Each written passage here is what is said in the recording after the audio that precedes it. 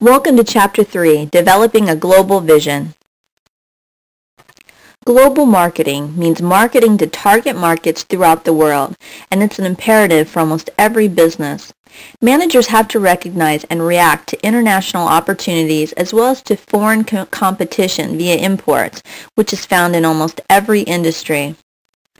In addition, marketing executives have to understand how customer and supplier networks operate worldwide. The word global has assumed a new meaning, referring to a boundless mobility and competition in social, business, and intellectual arenas. Global vision means recognizing and reacting to international marketing opportunities, being aware of threats from foreign competitors in all markets, and effectively using international distribution networks. While reviewing this chapter, just keep in mind a few questions, like what are our options in selling abroad? How difficult is global marketing? And what are the potential risks and returns?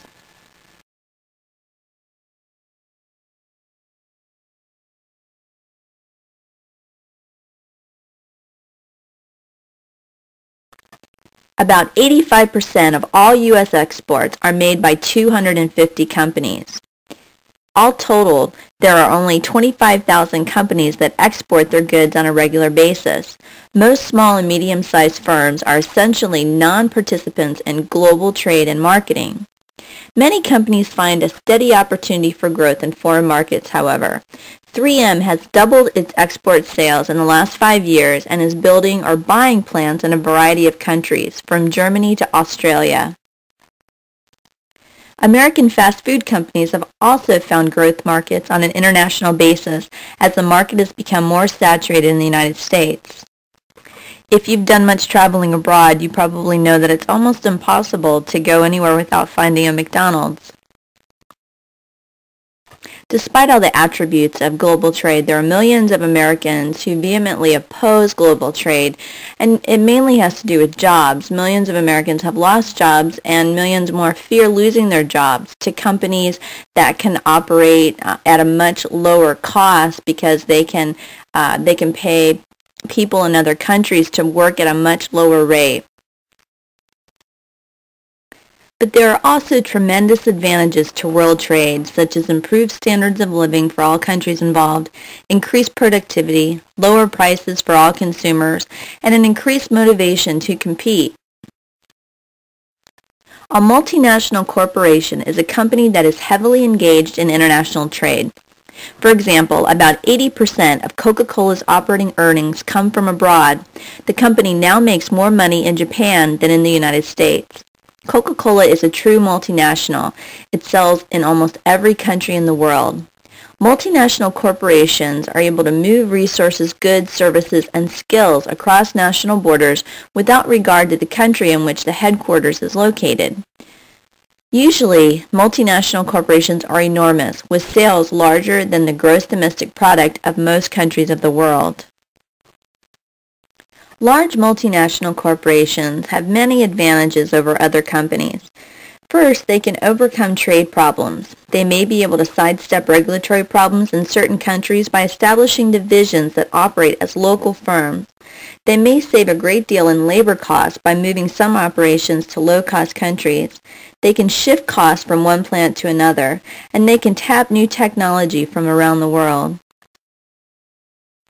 Global marketing is defined as individuals and organizations using a global vision to effectively market their goods and services across national borders. Global marketing standardization presumes that the markets throughout the world are becoming more and more alike and that globally standardized products can be sold the same way all over the world. Some markets and products, such as McDonald's, Pepsi, and Coca-Cola, do seem to fit global market standardization concepts. Industrial and high-tech products are also likely to be marketed globally in a standardized manner. In '91, IBM decided to use virtually identical microcomputer ads throughout Europe, changing only the language to suit each country. The company states that it's striving for a single image. Most firms try to identify, yet minimize, needed product modifications from country to country. Advertising usually differs in each market. Coca-Cola is often held to be an example of global standardization. However, Coca-Cola has discovered the need to allow local managers to adjust the product mix in order to compete with local brands and appeal to local tastes. For example, in Spain, it is used heavily as a mixer, even for wine, and it is advertised as such. In Italy, Coca-Cola is increasingly drunk with meals in place of wine or cappuccino. Now let's look a little closer at the external environment facing global marketing executives. Central to any society is its culture, the common set of values shared by its citizens that determines what is socially acceptable. Many people within a culture don't realize the norms that have been established until outsiders break them. Culture forms the basis for the family, educational, religious, and social class systems. Culture significantly influences the marketing mix. Without understanding a country's culture, a company has little chance of effectively penetrating the market. Societies that foster individuality are often very lucrative for marketers of personal care products and fashion clothing. With each consumer striving to be unique, fashions can change constantly. Marketers of these products would have to modify their approach if the chosen market values conformity over individuality. Important aspects to consider are the meaning and significance of language and slang terms, difficulties in translation, etiquette, and negotiation procedures. Differences in culture may expose marketing opportunities. In Japanese culture, a traveler must buy gifts and souvenirs for family, friends, and business associates. To make gift buying more convenient, several airlines, including Northwest, Qantas, Cathay Pacific, offer catalogs of souvenirs that can be delivered directly to travelers' homes when they return. Not understanding a culture's notion of time can sometimes lead to situations that are awkward and embarrassing. In some cultures, being 5 or 10 minutes late to a meeting is very acceptable, whereas in other cultures it's considered very unprofessional or disrespectful. Also, in some cultures, time spent getting to know a new acquaintance isn't a waste of time, but considered necessary in order to trust the person whom you're dealing with. This can be sometimes difficult for managers in the United States who are used to getting down to business immediately. In general, complex and sophisticated industries and higher family incomes are found in developed countries, and more basic industries and lower incomes are found in less developed nations. The 5 stages of economic growth and technological development are traditional, pre-industrial, takeoff, industrializing, and fully industrial. I'll describe each further in the following slides. The traditional society is largely agricultural with a social structure and a value system that provide little opportunity for upward mobility. It is custom-bound and its economy typically operates at the subsistence level because of primitive or no technology. The pre-industrial society is characterized by economic and social change and the emergence of a rising middle class with an entrepreneurial spirit. Nationalism may also emerge, hindering the entrance of multinational corporations. The takeoff economy is the period of transition from a developing to a developed nation.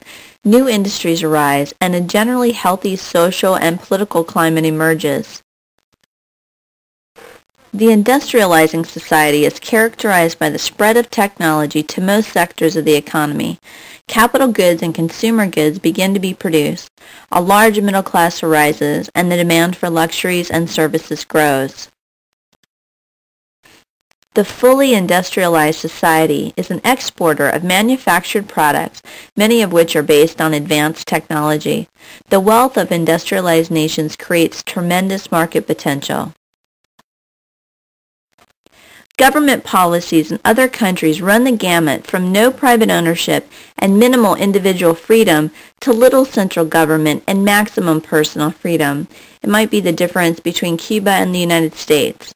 As rights of private property increase, government-owned industries and centralized planning tend to decrease. The early 90s were characterized by a large group of countries in Eastern Europe and the former Soviet Union moving from centralized planning or communism to market economies like the United States, opening up market opportunities for many firms. A threat to some firms engaged in global marketing is the growth of nationalist sentiment in countries where citizens have strong loyalties and devotion to their country. Foreign firms can lose the right to conduct business in those countries. Other problems have been when companies move into countries where the governments are fairly unstable, and a military coup can take over a country and take over the companies that are doing business there, and that's obviously a huge financial loss for businesses. This happened to DuPont in Argentina several years ago, and other companies. The first McDonald's restaurant in Moscow opened in early 1990. It was immediately a huge hit with the Russians. It is the largest McDonald's in the world with over 700 seats inside and 200 seats outside. It employs 630 and can serve 30,000 people a day. Negotiating with the Soviet government for permission to open the restaurant took 14 years. Legal structures are often closely intertwined with the political environment, and they're designed to either encourage or limit trade. Brazil, which controls about 20% of the world's coffee, surprised coffee makers in '91 by saying it would take steps to limit sales and push up prices. Brazil immediately curtailed its shipments to other countries until negotiations for new contracts could begin. The North American Free Trade Agreement, or NAFTA, is the world's largest free trade zone. It includes Canada, the United States, and Mexico, and together they have a population of 360 million and an economy of $6 trillion. When NAFTA went into effect, tariffs on many items disappeared, and a web of licensing requirements and quotas were lifted. The first industries to benefit were automobiles, textiles, capital goods, financial services, construction equipment, electronics, telecommunications, and petrochemicals. Countries south of the U.S. border have been forming their own trade agreements. The largest new trade agreement is Mercosur, which includes Brazil, Argentina, Uruguay, and Paraguay. The European Union is a group of 12 countries that have lifted most internal trade barriers. Its members include Belgium, France, Germany, Italy, Luxembourg, the Netherlands, Denmark, Ireland, Spain, the United Kingdom, Portugal, and Greece. The European Union has been evolving for nearly 4 decades. It is an attractive market with 320 million consumers and purchasing power almost equal to the United States. However, it is full of diversity. The European Union proposed allowing comparative advertising to create a single market for advertising. Comparative advertising is common in the United States, but has been very rare in Europe. It is often banned or deemed unfair in Belgium, Luxembourg, Germany, Italy, and Greece. The Maastricht Treaty of 1993 proposed to take the European Union further toward economic, monetary, and political union. The treaty standardized trade rules and taxes, health and safety standards, duties, custom procedures, and product testing. One problem facing United States marketers is the possibility of a protectionist movement by the European Union against outsiders.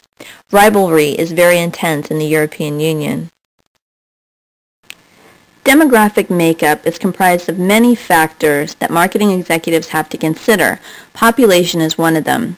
The 3 most densely populated nations in the world are China, India, and Indonesia. It's also important to consider whether the population is urban or rural. Urban populations are usually more attractive to marketers because marketers have easier access to these populations.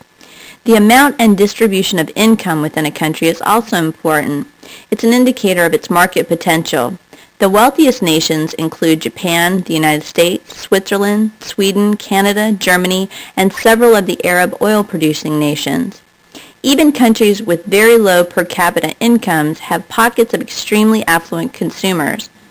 The largest population increases are in the developing nations, not in the industrialized countries. The abundance of natural resources in some countries can create huge amounts of personal wealth. Many oil-rich nations experienced an influx of wealth during the 1970s, but their economies suffered in the 1980s when the price of oil fell.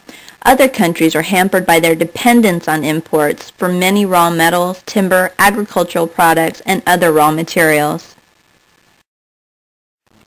So why do companies go global? To earn additional profits, to leverage a unique product or technological advantage, to possess exclusive market information, and to utilize economies of scale. A firm can adopt one of several possible structures when considering global marketing. These structures fall along a continuum of levels of risk and possible return involved. There are different types of risks, as well as the different methods of entry. A company should consider moving to the global arena only after its management has a solid grasp of the global environment.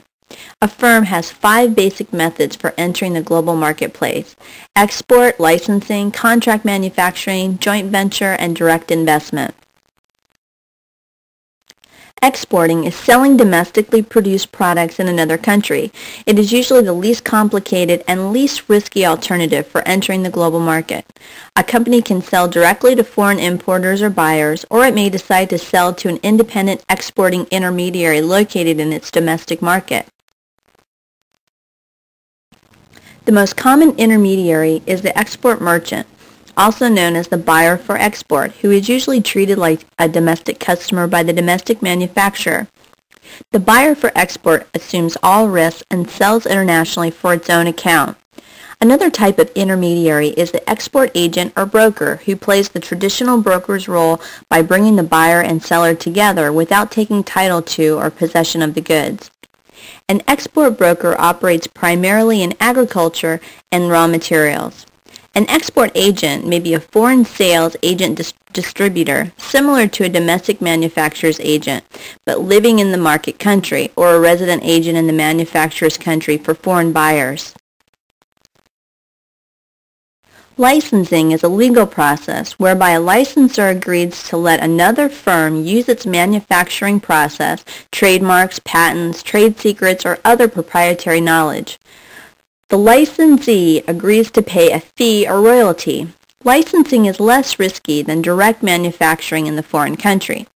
The licensor must make certain it can exercise the control over the licensee's activities needed to ensure proper quality, pricing, distribution, and so on.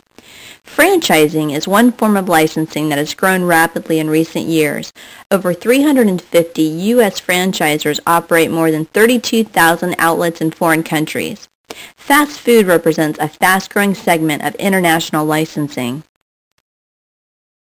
Some firms become heavily involved in global marketing by subcontracting the manufacturing to a firm in the foreign country. Contract manufacturing is simply private label manufacturing by a foreign company that affixes the parent company's names to the goods. The parent company markets the goods. The garment industry utilizes contract manufacturing to a large degree. In a joint venture, the domestic firm buys part of a foreign company or joins with the foreign company to create a new business. Joint ventures, although financially risky, give management a voice in company affairs that it might not have under licensing. The partner that learns the fastest comes to dominate the relationship and can then rewrite its terms. This is a new form of competition and a chance to learn. Mazda, the 4th largest Japanese automaker, has entered into several joint ventures with companies such as Ford, Citroën, and Suzuki. Coors Brewing Company entered into a joint venture with a Korean brewery to tap into the fast-growing beer market in Korea. One global success story is the aircraft manufacturer Airbus Industrie, which is a partnership of British, French, German, and Spanish companies.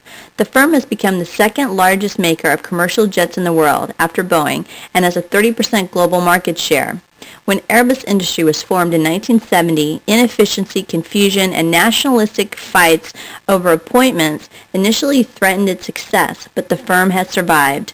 Employees and managers have had to learn how co-workers from other cultures work and how to adapt their styles of management and manufacturing. Direct foreign investment is the active ownership of a foreign company or of an overseas manufacturing facility. This offers the greatest potential rewards and the greatest risks. The large investment may be a tremendous financial downfall. A firm may want to acquire an existing foreign firm in order to acquire personnel or some other valuable resource. The United States is a popular place for direct investment by foreign companies. About 30 U.S. universities have set up branch campuses in Japan, another type of direct export by investment. Examples are Temple University, Los Angeles Community College, Edmonds Community College, and Rio Grande College. Another example, Coca-Cola decided to build plants in Eastern Europe rather than just ship Coke from the West because of a belief in corporate social responsibility. The firm wanted to be part of the unemployment solution in Eastern Europe. Coke is spending $450 million to start 5 bottling plants and 13 to 15 distribution centers. The first step in creating a global marketing mix is to thoroughly understand the global target market. Often, this understanding can be accomplished with global marketing research. Global marketing research uses the same tools as domestic research. However, obtaining a sample can be very difficult in developing countries where telephone ownership is rare and mail service is slow or sporadic. Differences in culture may also affect the ability of the research to collect data. But despite all the pitfalls, many companies have gone global. Eddie Bauer going to Germany, L.L. Bean sending catalogs to Japan, and J. Crew attacking the French, the catalog retail industry is adopting a global strategy. When one of the most successful companies goes global, the entire catalog industry is tempted to follow suit. Some companies have a global marketing strategy of one product, one message. This strategy, essentially the global standardization strategy, fits certain products. A slight alteration of advertising or certain changes in packaging and labeling may still take place, however.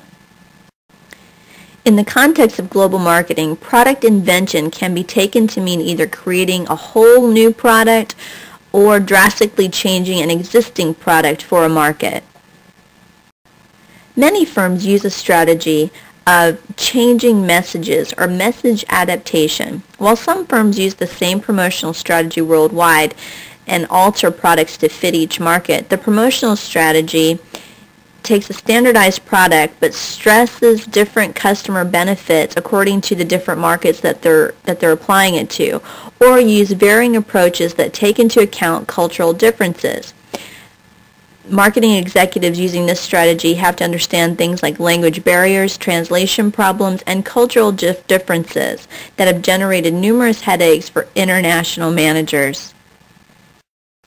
Product adaptation is another alternative for global marketers to meet local conditions. Flavors may be changed, or colors or packaging may be altered. In Japan, Domino's Pizza offers a fermented milk drink that is very popular. They also offer pizza with toppings to appeal to the Japanese consumer's palate. Pricing in the international market must take into account the extra transportation costs, insurance costs, taxes, and tariffs. Because many people in developing nations lack purchasing power, the global firm must decide if it can cut costs and still produce a product that the market will buy. Some companies overproduce certain items and end up dumping them in the international market. Dumping occurs when products are sold either below cost or below their selling price in the domestic market. The Uruguay round rewrote the international law on dumping. It's illegal, but countries still engage in this practice. In the 1970s, the Japanese sold televisions in the United States for below cost, driving U.S. TV makers out of business. Now such practices are dealt with quickly by the U.S. government. Countertrade, a form of trade in which all or part of the payment for goods or services is in the form of other goods and services. This is very popular in international markets. It's estimated that almost 30% of global trade is countertrade. This means that no money is exchanged. Goods or services are exchanged for other companies' goods and services on a worldwide level. Some foreign distribution systems offer United States firms many challenges. The Japanese system is considered the most complicated in the world.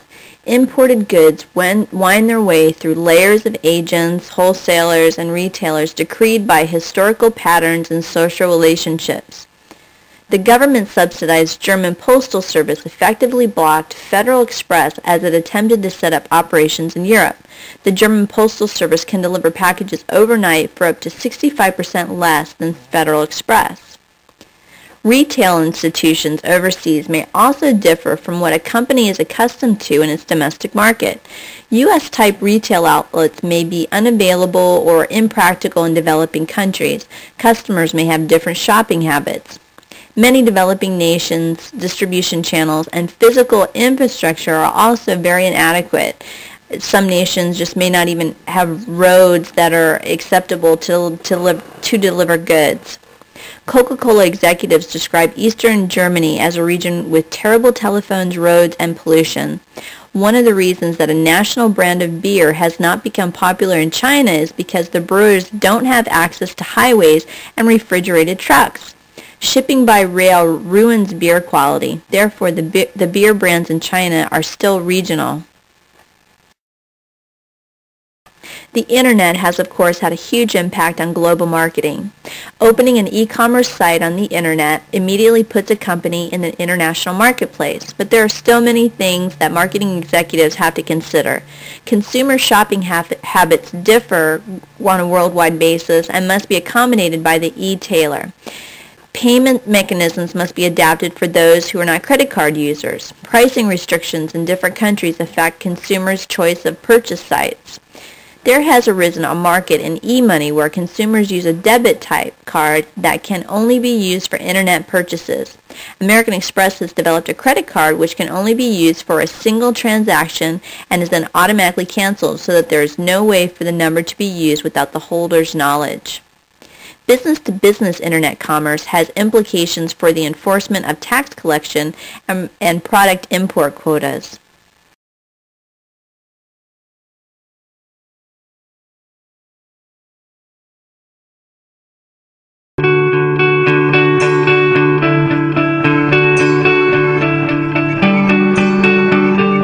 There's a place out there that's different.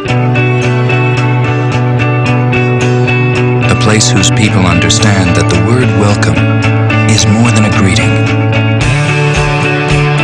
That the things you can't count for everything. That life is in the details. So when you come to this place and find that the details of your life are treated as all that matters, you'll understand the difference between a hotel and a Hyatt. And you will say, thank you, thank you, thank you. And the people there will smile and humbly reply, you're more than welcome.